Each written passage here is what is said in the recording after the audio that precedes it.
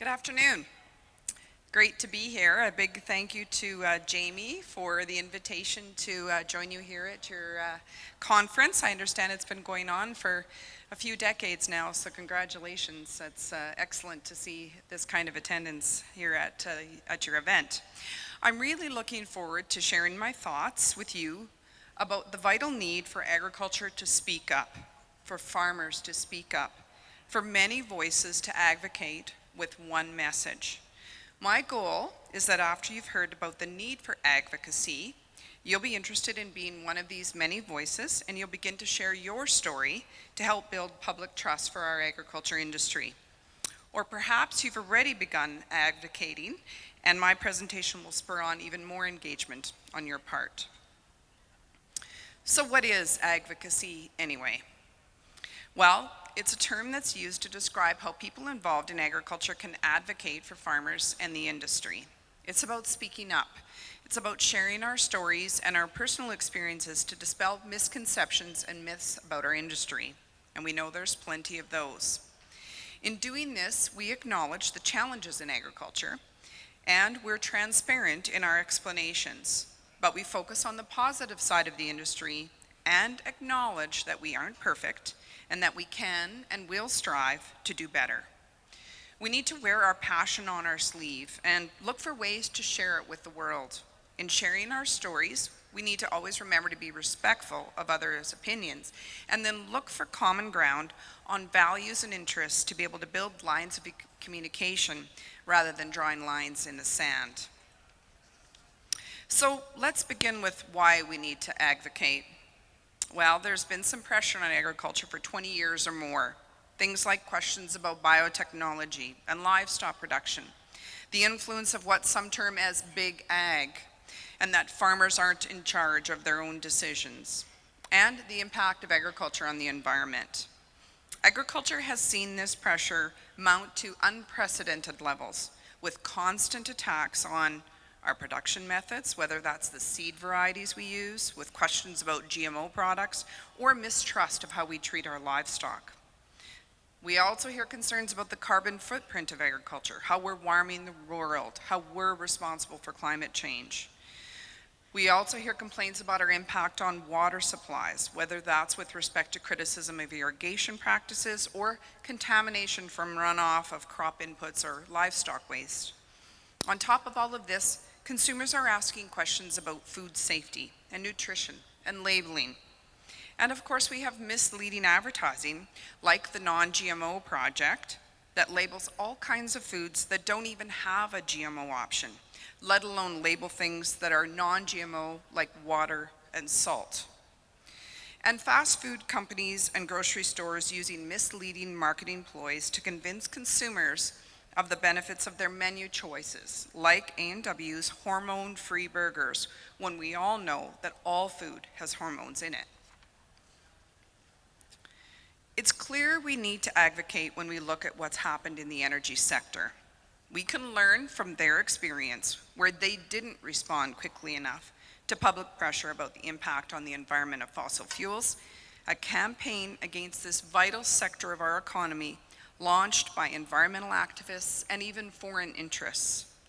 While those who worked in the energy sector were busy building businesses, creating jobs, fueling our vehicles and our economy, without them stopping long enough to even look up from their hard work to take notice of what was happening around them to the public messaging about their sector, by the time they realized the full impact of the vicious attacks on oil sands, pipelines, new technologies in progress, it was too late. They're working hard now to recover from this unfair and unfounded attack, but trying to now recapture public trust is much more difficult than to build and maintain it based upon conversations, transparency, and a commitment to continuous improvement in managing their impact on the environment. Now, there is a lesson in this for agriculture. We cannot take for granted that the public will allow us to continue to have access to the tools and technologies that are so necessary on our farms to be sustainable, both environmentally and economically. We need to speak up now. Be transparent about our operations, how we farm, why we do things the way we do, how we care for our animals and the land that we farm. We need to invite people onto our farms. We need to share our stories and be willing to answer all the questions that come forward. I know when we bring people that are urbanites onto our farm, the questions always a real surprise for my husband and I.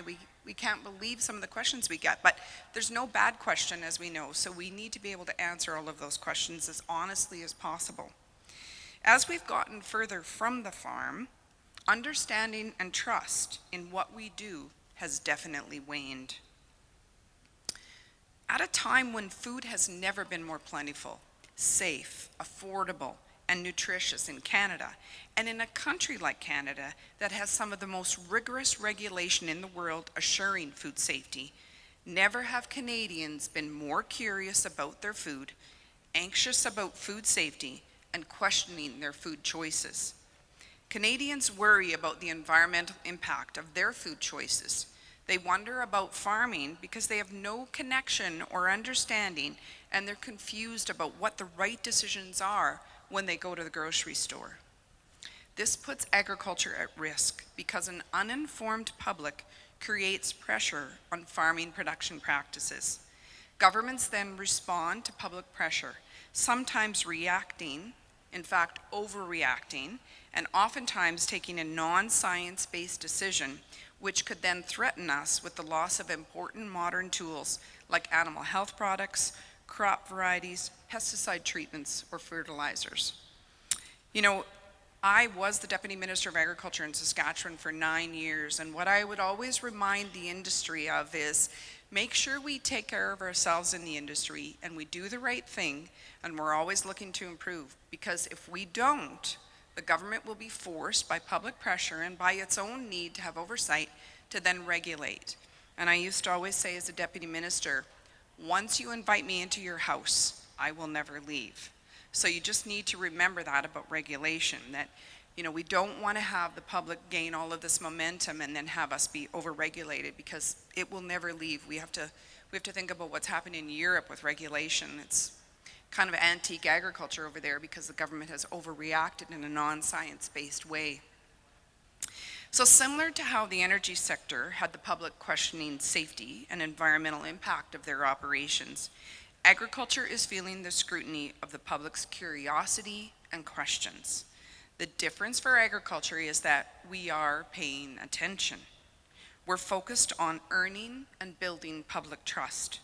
It's now a topic discussed at most gatherings of farmers, like this one, and I speak at several events, as do many others that talk about public trust, and many agricultural leaders are definitely discussing it and what are we going to do about it and how are we going to best influence the future.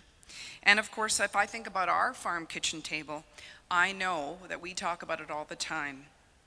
It's a topic that is increasingly being recognized as important by farmers, and they're wondering what they personally can do about it. The good news is that farmers and ranchers rank highly with consumers when it comes to offering trustworthy information sources about how food is produced. So I'll get to some of that data in a moment. The other good news is that a national effort is underway to pull the agriculture industry together. And this has been done in a very concerted way for about the last 5 years or so, with intensification of these efforts in the last 2 years. Things have really ramped up in the last couple of years. So this slide that I'm showing you shows some of the organizations that are working on this national effort. Industry, with the support of many of the provincial governments, as well as the federal government, have created various initiatives to get the message out about the benefits of agriculture. It's a collaborative effort involving the creation of some national and provincial entities who are conducting research to measure exactly what Canadians think about agriculture, and then creating key messages to be delivered to consumers through education, through awareness, and through outreach. This includes efforts like the various Agriculture in the Classroom provincial organizations.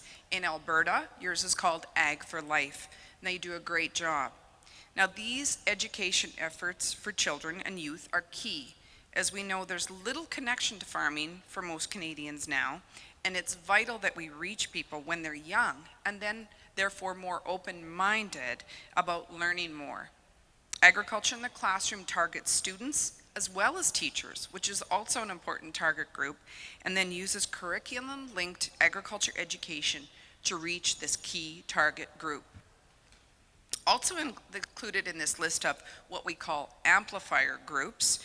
Now, these groups are those that can help develop messages so that our voices can be amplified. These are new organizations more recently formed in some provinces who are solely focused on communicating to consumers on behalf of the agriculture industry. We have these in Saskatchewan, in Ontario, and in Prince Edward Island, and they are called Farm and Food Care. Now, these groups work with nutritionists, dietitians, chefs, food bloggers, all these foodies that are out there talking about all these food choices for Canadians. And we bring them onto farms and we give them hands-on experience with what we produce, why we produce it, how we produce it, what kind of equipment we use, what kind of inputs we use, how we best manage soils, how we do a good job of taking care of the environment. And these people have never been exposed to places that have produced the products that they are then putting into food offerings and menu items. And it's always amazing to me to see the progress. They come for a week. It's amazing to see the progress. For example, on canola oil. Some of them have a view that canola oil is GMO, so therefore they shouldn't be using it. Of course, we know oil doesn't have any GMO in it, but it's made from GMO canola often. And it's interesting to see the transition of the view about canola oil with those foodies as they experience, in fact, how we can better manage the environment as a result of having this new technology of canola seed, for example. So this is well worth our investment, is having these groups to focus on the food sector. So then these people become experts who then are our messengers on behalf of agriculture, and they're like a third-party endorsement, which is really vital for us. So it's an outside group of agriculture that really matters to us, and then they can, share their expertise and their experience of what they have come to know, and this really does make a difference.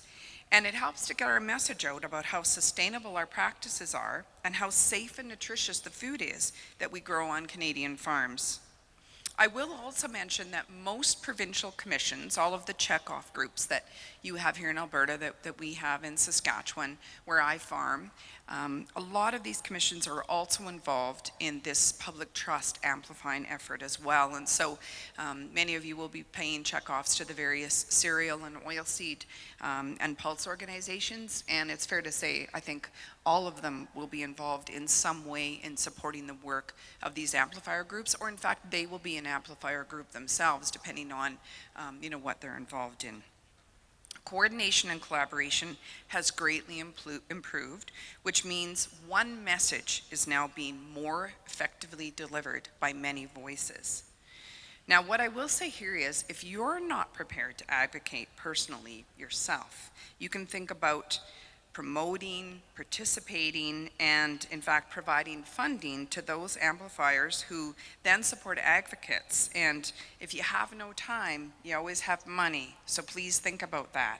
These agriculture in the classroom programs are really vital. That's one that's near and dear to my heart, and I would really encourage you, if you're not able to go into a school, maybe with your kids or your grandkids or your neighbors' kids, and talk about agriculture, well then you think about maybe donating some money to Ag in the Classroom, because they're always looking for busing money and money for materials. So that's a bit of a plea to you to think about how you can get involved, even if you're not going to be out there maybe advocating directly yourself. So this national industry-wide effort is guided by what we call a public trust framework. Now, this was established as a vision for the agri-food sector to be trusted, competitive, and sustainable. The mission of this collaborative effort is to provide leadership and foster accountability to build public trust in agriculture. The framework has 3 strategic pillars, and these include doing the right thing. I've already mentioned that. We have to always do the right thing. This is about our industry having integrity and make sure that we do the right thing. Let's talk about recycling, for example, of pesticide containers. I think we've come a long way as a sector with clean farms out there offering a great service. I think grain bags is kind of our next challenge. It's getting a little better. We now have a service in Saskatchewan. I'm not sure what you've got here in Alberta.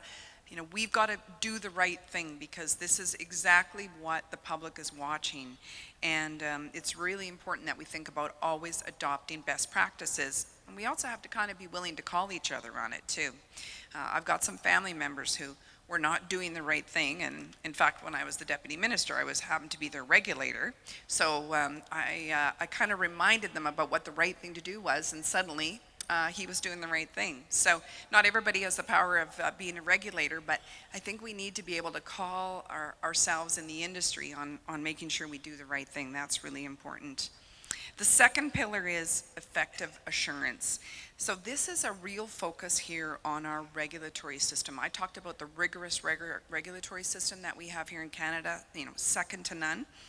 And it's protecting food safety, animal health, and the environment. And I think it's really important. We don't want over-regulation, but it's really important that we have appropriate regulation and rigorous regulation so that we can completely be, transparent in saying, these regulations absolutely outline and guide us as to what we are supposed to be doing, and also monitor us and call us on it when we aren't doing the right thing.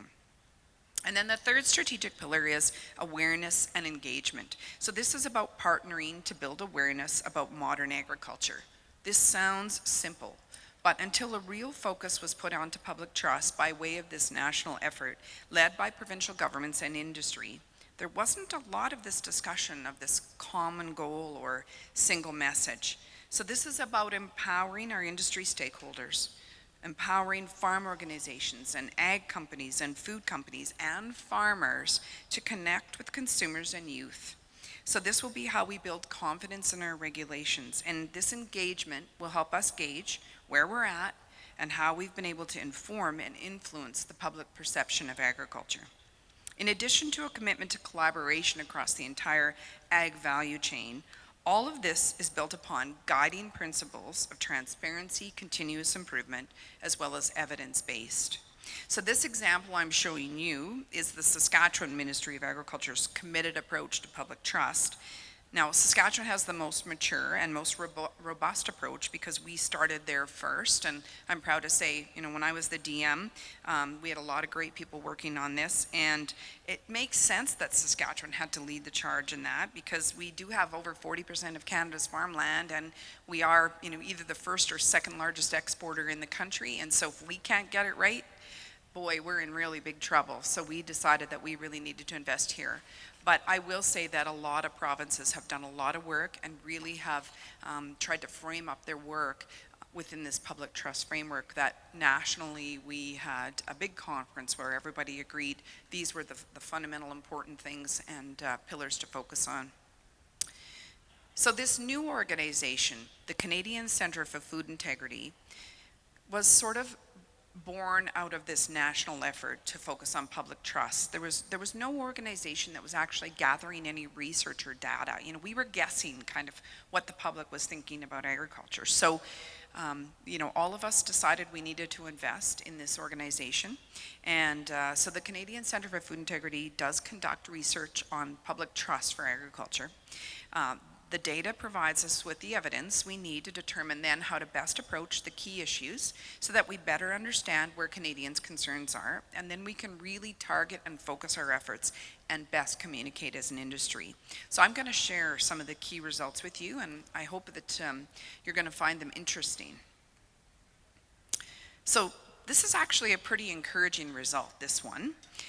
Considering we took a bit of a dip in 2018 and now we've nearly fully recovered back to the best overall impression that was recorded back in 2016. Now remember, this data is pretty new as it's only been sporadically recorded by a few organizations over the years. That's how we got the 2006 and 2009 and 2012 numbers. We didn't have a Canadian Centre for Food Integrity back then, but we do at least see how it's benchmarked, and you can see things weren't great in 2006. But I think I would say that probably, a few decades ago, agriculture would have had an even higher score than we're at right now at 60%. As I mentioned, as we've gotten further and further away from the farm and we have less clear understanding of the value of agriculture to society and the economy, our impression is a really big challenge to hold up there. 60% is pretty good. I can't remember the US number, but I think it's around 40 or something. It's not very good. So we're in better shape in Canada. Now I hope you can see these graphs. I tried to enlarge them as much as I could. I thought they were really interesting because despite the bright spot regarding overall impression, as you can see from these graphs, we've got our work cut out for us. So if you look at the strongly agree results, so that's the kind of the golden color, for most issues like pesticide use, animal welfare, hormone use and livestock production, genetically engineered crops, and drug residues, yeah, we're not in great shape, as you can see. We've got Canadians that are really worried about this, and they are personally concerned, is the way they've expressed, personally concerned about the use of pesticides in crop production, for example. The one outlier here is the organic food stat. You can see that's up in the far right corner. And I found that really interesting because, organic preference for organic food has been expressed by Canadian consumers for a while now. And this seems to, show a bit of a dip. So this tells me that perhaps organic food is losing a little bit of the momentum that we saw it gain over the past several years. But then I did have somebody remind me that very likely the organic stat would be correlated very directly to price. So the ultimate determinant for consumers on how they make food choices is price. And as we know, often organic food is more expensive. And, of course, I might argue, as would many others, that, we wouldn't differentiate it from a safety perspective, but it is a lifestyle choice, and it is a values-based choice that we recognize consumers make, but it does come with a pretty hefty price. So I thought these graphs show us we've got some tough sledding ahead, so we better get to it. Now here's something I think also really interesting, and so it says 91% of Canadians say they know little or nothing about agriculture. That's pretty alarming. Wow, I think that means pretty much that the only people in Canada that know anything about agriculture are us, right? The ones that are directly involved in it or know somebody who's directly involved in it, because this is a pretty high number that say they know little or nothing. But I always like to think positive and see the optimistic side of things. I think here's the opportunity that we can capitalize on, because the other stat that I've shared there is that 60% of Canadians are interested in knowing more. So we know there's always going to be those that don't want to know more. They're convinced that they know everything they need to know. They think agriculture is bad. There's nothing we can say or do or any conversation or any questions we can ask that would ever convince them otherwise of their very, very strident views on one end of the spectrum. And so we can't really worry ourselves about those, right? I mean, I think we tend to kind of sometimes over-respond to that group, get aggravated, exhaust ourselves, waste a lot of energy. I myself have been, very much in that category over the years. So I'm trying to, move on with my attitude and say, I think this 60% is a pretty exciting number. It means we have a huge opportunity to connect with the public, to share our personal stories on our farms, and to also think about how talk about how our families work together to grow food sustainably and safely. I think this is a really important message that we can talk to consumers about. This is where we can talk about values and how they're similar to the values that of the consumers that are asking us questions about food and farming. We can talk about how we care about our families. Most of us don't need to make that up, right? That's a true story. We do care about our families, and we care about the food that we grow because we often consume it ourselves on our farms. And we can talk about how we strive to best manage our farms to have the lowest possible impact on the environment. We can talk about how we care for our animals and that we want our land to be available for our future generations to farm, so we take good care of the soil. We can talk about the innovative farm equipment that in fact is homegrown in Western Canada, invented by us to best manage our soils and crops, reducing our environmental footprint, stopping wind and soil erosion because of minimal soil disturbance. When we think about, what it used to be like prior to no-till with, the black skies of all of our soil blowing away. These are really significant stories for us to share. And, that move to revolutionize how we farm to use no-till technology means we are now a carbon sink. And I don't want to talk about carbon tax today, so I'll just leave it at that. And I think it is a great story to tell about how agriculture is a carbon sink. And, I think often we don't explain that to the public. We just think that they should know it, and why don't they get it, and why don't they give us credit for it? If we can relate it to what Canadians are wondering and worried about, and if we can speak to it personally in a conversation rather than a lecture, Canadians will listen and will hear us. We often become defensive when we hear comments and questions from consumers about their food and our farming practices. And I know a few years ago I was really guilty of this. When challenged, rather than quietly listening to try to better understand where the worries were so I could best explain how we farmed and why we did the things we did on our grain operation, instead, I'd start lecturing. I'd get up on my pulpit and I'd talk about the science-based approaches we're taking and that they just didn't understand and they clearly needed to be educated and, they just needed to know more of the facts. And here I was going to just shove those facts right down their throat in my sciencey language that they had no clue what I was talking about. And then I'd start tossing stats around instead of stories that were relatable. So I know I'm still a work in progress on this. I still do get my back up when I see modern farming practices being challenged and being threatened. I try to be a better listener and ask questions so I can get a good sense of why someone is worried. But I sometimes have to give myself a kick still to stop arguing and keep listening so that a conversation can flow and improve understanding and common interests and values can be found. After all, farmers are the most trusted.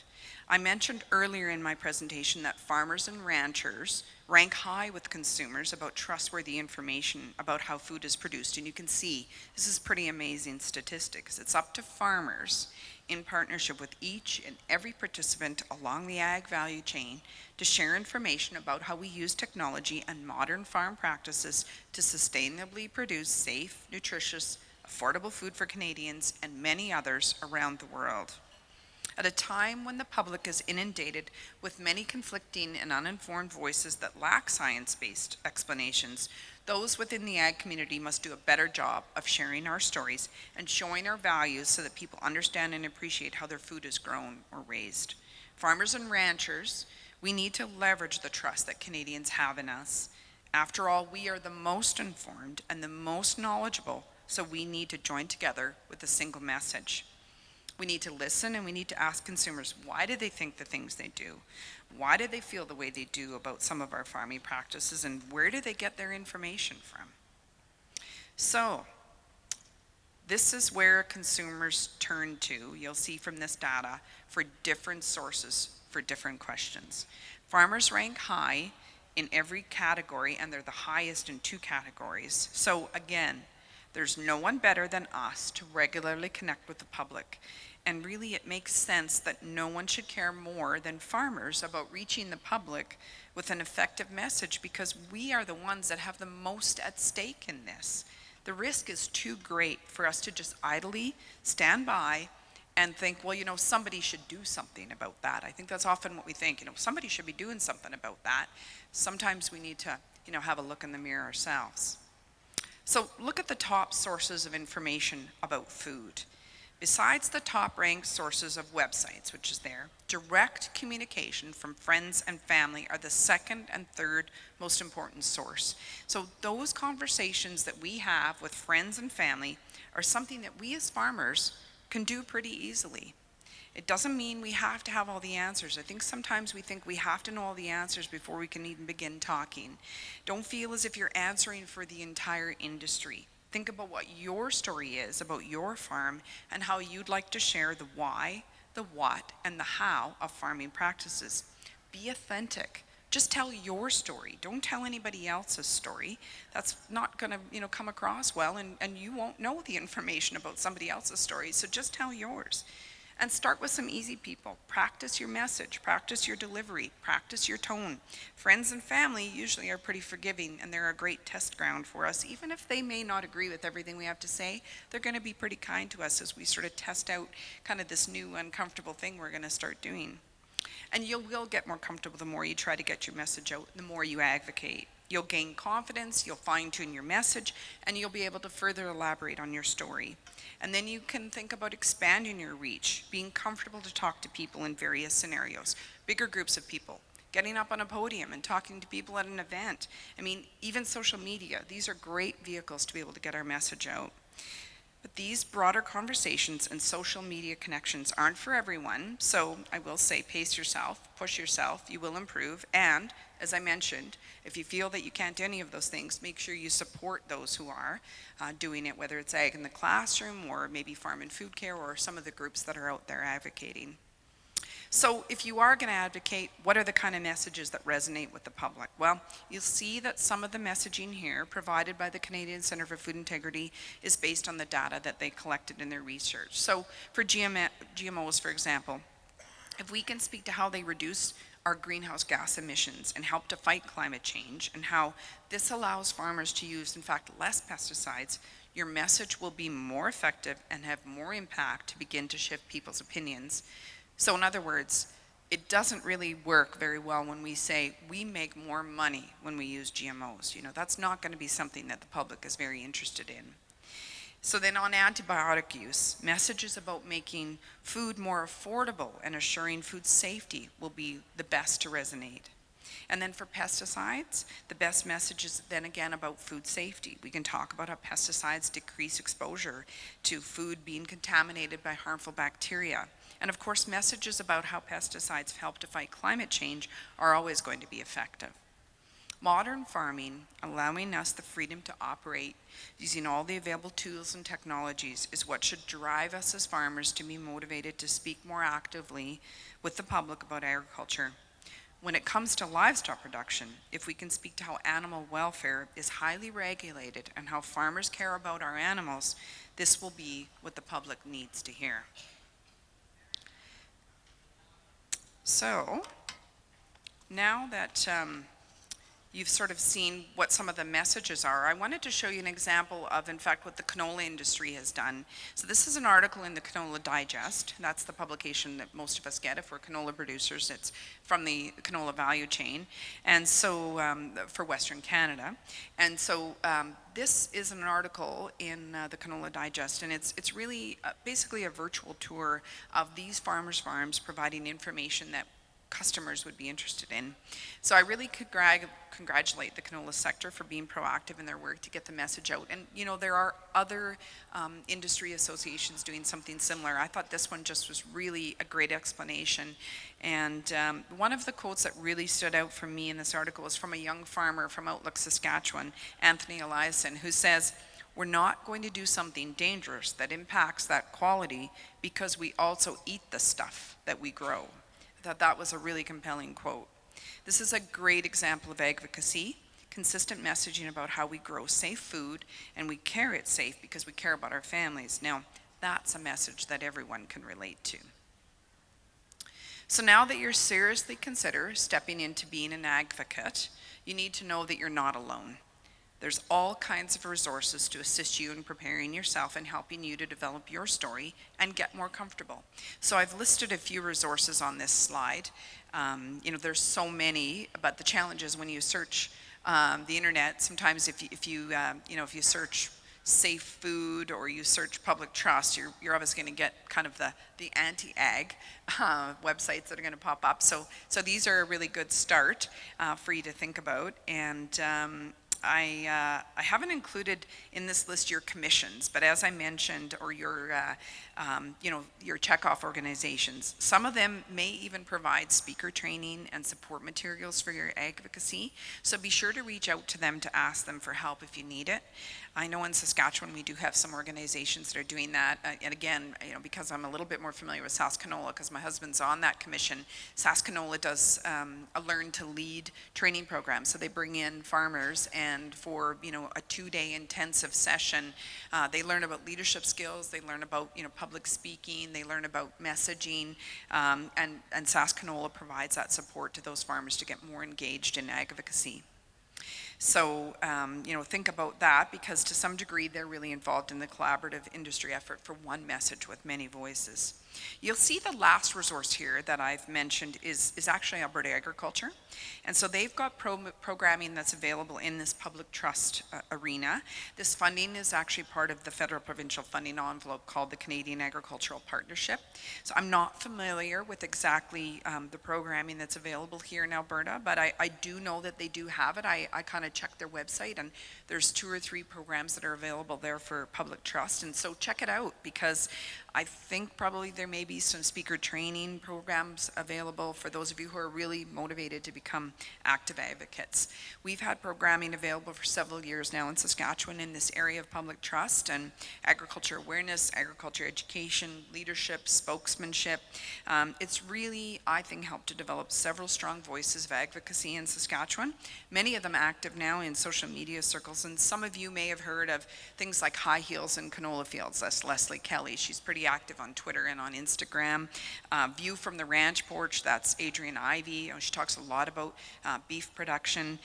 Sherilyn Jolly-Nagel, of course, is a pretty active advocate talking about public trust and policy. So all of these, funnily enough, that I've mentioned are women.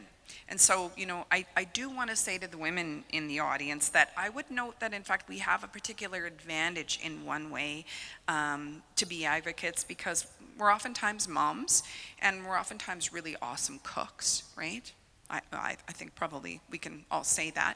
And we feed our families, and so because we're so connected to food, we really do have credibility with the public in talking about safe food and how we're connected to food and how we care about the food that we grow. So think about that to everyone, but in particular to the women.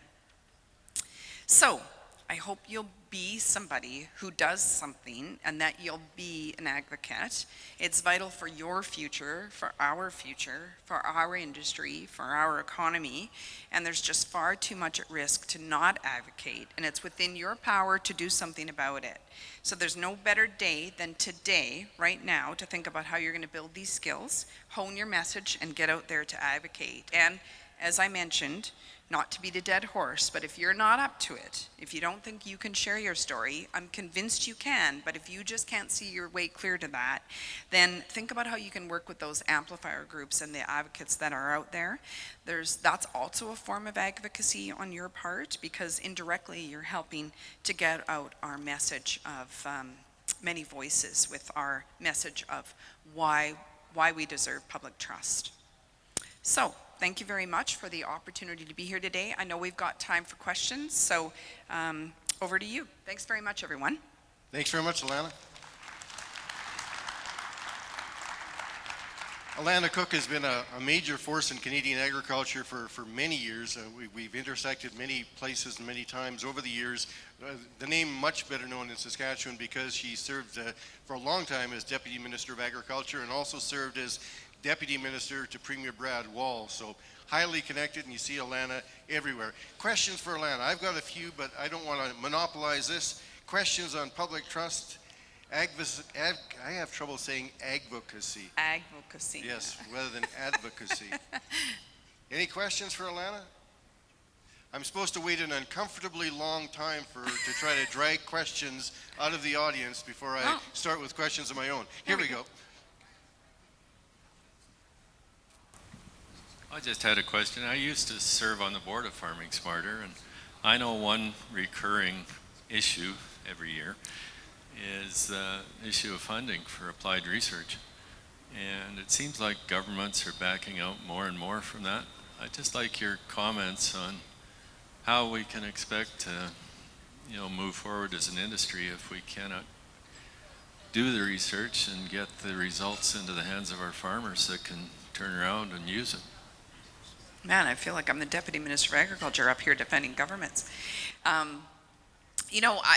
Absolutely, research is vital, right? I mean, that's how we're going to get better. That's how we're going to improve. It's really important. So we do have our commissions that we know invest in research, but clearly that's not enough. So we do have to continue to see public investment in research. I can't speak directly to what Alberta's done because I think you've gone through a particular amount of change here with respect to investment in ag research. So, I'll just kind of leave it at that. We didn't do that in Saskatchewan. We've maintained or expanded our research dollars. So, for example, I'm chair of the board for the Global Institute for Food Security, which is a partnership of the Government of Saskatchewan through the Ministry of Agriculture, Nutrien, used to be Potash Corp, but now Nutrien, and the University of Saskatchewan. And it was a $50 million investment between Nutrien and the government for us to do work in the area primarily of crop improvement, crop science, crop innovation, because it was the view of Saskatchewan at the time, Premier Brad Wall, that said, we had this double-headed mission of really, from an economic perspective, Saskatchewan was feeding the world. From a food security perspective, that was driving our economy. There was all kinds of opportunity for agriculture in that. But then the other side of the mission was we also had a responsibility for the discoveries we were making in Saskatchewan to then share them with parts of the world so that they could better feed themselves, so that was that double-headed mission. Well, that was a pretty massive investment by the government of Saskatchewan in what I would say was research. We do fundamental research through the Crop Development Center. So and the federal government also, we've seen a big change in Agriculture and Agri-Food Canada and also in the National Research Council. They've been very wobbly. NRC research takes 20, 30 years for things to result in anything, and they're on about a 5-year change plan. So, I just met with them yesterday and said that's not going to work for us. Like, this is a long game. So I hear your frustration, and I agree, but on the applied research side, Saskatchewan did kind of re-up on our agri-arm sites and on kind of that direct farmer-directed research, and I think it really worked well so that we could sort of take the research off the shelf, which was often collecting dust, and then we could apply it on the farm in demonstrations, and that's how farmers are going to be able to adopt those new practices. So I hear you. I don't know what the answer is. I guess it's, agriculture has to have a loud voice everywhere, and sometimes it's heard better in some provinces than the other. And we also have to be willing to commit our own dollars, right? I think checkoffs are really important. Yeah. Advocacy, yes, that's right. Yeah. Why does it matter, right? And that we're always trying to get better. We're not stuck. We're not stuck in our old ways, right? So if we'd been stuck in our old ways, we wouldn't have zero-till. Imagine where we'd be. So. Alanna, you mentioned Ag in the Classroom initiatives. What do we do to counter the anti-ag that gets into our curriculum? And our kids are long since out of school, but you see stuff on Twitter where people are showing the stuff that's in their school curriculum, and teachers, I think, are some of the least informed about agriculture sometimes and push those agendas. How do we stop the anti-ag stuff from getting in the curriculum? Yeah, it drives me crazy. I know my kids are out of high school now too. They're pretty much done university, and Food Inc. was the common video. Al Gore's sort of Inconvenient Truth. All these really great scientific videos were being shown to kids when they were talking about agriculture, and so it's frustrating, Kevin. I completely agree that we'll never get 100% of teachers. We'll never get 100% of the information about agriculture right and the way we want it. But what I would say is we've come a long way. So finally, agriculture in the classroom does have a national umbrella. So we're sharing resources. I think each province was trying to figure it out by themselves, right? And so we were wasting a lot of money. So I think now we've decided what are the core pieces. And I think also we often think that agriculture, if it's not a core curriculum, i.e. if agriculture isn't an actual class that kids go to, that they're not learning about agriculture. And I think what we've discovered through really effective ag in the classroom programming is, in fact, it's better if we weave agriculture through all of the curriculum. So we use agriculture examples in math or in science or biology or even language arts. So if we can weave agriculture stories into all parts of the curriculum, it's more, it becomes, sort of more effective because it's not just one class that kids go to and maybe don't pay attention in. So it's a long haul situation, but I think a lot of teachers, some teachers, I'm not gonna defend the ones that are activists, right? And they're using the classroom as a vehicle. We'll never reach those. Can't do anything about it. But I think there's a lot of teachers that just don't know and don't have the tools, and the environmental groups have made it really easy. They just go online and they can take off work plans and class plans, and I mean, the Sierra Club and Greenpeace, man, they have got all kinds of classroom supports. We're now in that game. Ag in the classroom with more resources, we're now in that game. Teachers can go on websites. There's far better and more digestible resources for teachers. That's how we're going to make a difference. Really, I do believe that. And the last thing I'll mention on this also is, if we can get kids excited about agriculture, better understand, but also see themselves maybe being part of agriculture from a career perspective. We don't have enough people in agriculture anymore for all the jobs we got in agriculture. We still have jobs unfilled in this sector right across the country. So there is an initiative going on right now through Agriculture in the Classroom Canada where there's a large focus on engaging urban youth into agriculture. And I think this is gonna, it's a long game, Kevin, but I think this is gonna pay off to us long term as well, because we'll have a bunch of urban people who better understand agriculture because suddenly they're working in it and they see themselves in a career. Great answer. Other questions? There's so much more pressure now. We have to stay civil to people. How in the heck do you stay friendly to people? You come in the morning in the barn and there's 20 people parked in your barn. Stuff like that, and your teacher said no stuff like that.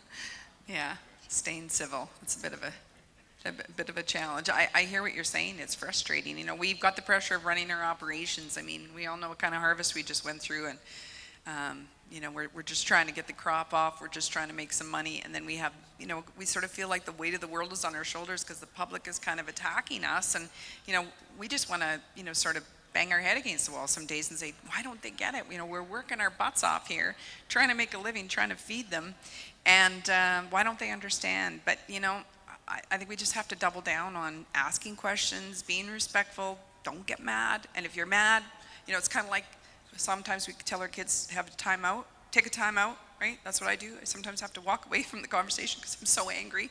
I'm being irrational. By the time I realize it, I'm like, I'm checking out. I need a time out. I actually just take myself out of the conversation. So, we have to be persistent. We have to be persistent in our messaging and try to explain and try to answer. I do think Canadians are reachable. If we think about that 60%, they do want to know more. They're afraid. I mean, they're confused. Think about all the conflicting messages coming at them. Only eat organic. We've got a situation where parents are choosing to feed their kids food that isn't as healthy because they only will buy organic produce, and organic produce isn't as affordable, so therefore they feed their children less produce because they think they're doing the right thing, because produce that isn't organic is going to poison them. I mean, how scary is that for people who don't know and don't understand? So we got to be that messenger. They trust us. We got to leverage it. So. But a bunch of activists in a turkey barn did at least lead to legislative changes here in Alberta, as I understand it. So sometimes there's things that governments can do. Yeah. And another question back here, I think. Alanna, I worked for Monsanto for 28 years, but I'm going to pretend I'm from Vancouver. And I've just found out that you're a farmer and you use Roundup on your farm, which I assume you do. You bet. So here's my question to you. I heard that Roundup causes cancer. In fact, a court in California proved that. How could you possibly continue to use Roundup on your farm? Yeah, so there's been many studies done by the World Health Organization and by a lot of really well-regarded medical institutions, including experts who have repeatedly indicated that Roundup is safe and it isn't carcinogenic. And we know that it's one of the safest chemicals that we're using on our farms. And I know that it's helped us to produce safer food, and we put less pesticide on as a result of using Roundup. So I know the court case came out and said what it said, but I would like to say that, you know, sometimes courts make wrong decisions, and so in this case, I think the fact is that the court made the wrong decision based on, you know, either the wrong facts or incomplete facts or innuendo or, you know, public pressure. So I'm not a judge, so I can't explain why judges make decisions the way they do, but I really think it's important that we maintain access to that technology because it's helped us produce safer food in a more environmentally sustainable way. How was that? Good answer, good answer. Too long. I It's too couldn't long. have answered it better myself, even though I worked for Monsanto 28 years. So. Yeah, no, it's a tough one. It's a tough one. But you know, and this won't be popular, while we're patting ourselves on the back, I think we've got a big fight ahead with glyphosate. I think that, you know, we talk to ourselves and we tweet among ourselves, but I don't think we're reaching people. I think we're losing the battle, and I'll be surprised if there aren't serious restrictions on the use of glyphosate in the years to come. If it's not us doing it, it's going to be other markets that have decided to ban glyphosate and then don't want any imports that have any glyphosate residue. So especially on pre-harvest use, Yeah. I think we're going to have to really be mindful and do what we can to curtail pre-harvest use. Well, Kevin, I mean, it keeps me awake at night thinking about the loss of glyphosate. I really do think it is, it's a real risk. And I agree, the pre-harvest it's kind of the lightning rod. And we all know that maybe you're not abusing it, but we all know that there's sometimes producers that aren't necessarily leaving the right window. And so, again, we need to do the right thing so that we can maintain it as long as possible. But I agree, it is a huge risk. And of course, we know that will fundamentally shift how we farm. And it will be less environmentally sustainable and far more costly. That's the sad reality. But, I mean, we've already seen the federal government, you know, do more than one review on neonic, so, you know, seed treatment. Even though there was really no scientific evidence for any of the reviews, and each time the PMRA has come out and said it's still okay, but this federal government has, you know, while they are part of this public trust work, on one hand, you know, on the other hand, they are influenced by different influences that are a worry, and so they are much more impacted by environmental groups. So it's something we need to be absolutely eyes wide open on. Other questions for Alanna? Alanna, one thing is the Canadian Roundtable for Sustainable Crops is working on a code of practice for grain producers. And I think some people look at that and say, oh, that's all we need is another report, somebody else telling us what to do. But livestock producers have had voluntary codes of practice for a long time. Mm-hmm. And in my way of thinking, a code of practice where we write these things down, what we do and why we do it, and what's acceptable and what we think is maybe not, is a really good starting point to doing the things right. What's your view of the development of a code of practice that's underway? Absolutely. I mean, it should come as no surprise that this code of practice is in development, as you mentioned, Kevin. And again, it's, you know, beef producers have been doing it voluntarily.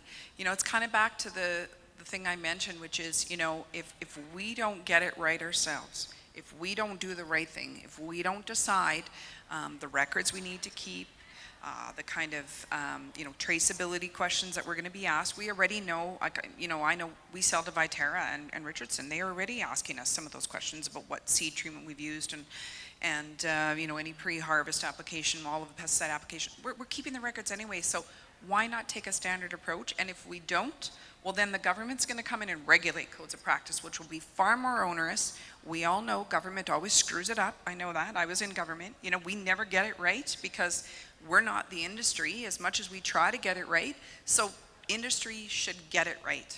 So I absolutely agree we need codes of practice, for sure. Anything else for Alanna before we let her go? Going once, going twice. Alanna Koch, thank you very much for being here. Really appreciate it. Yeah. Thanks very much. Much appreciated.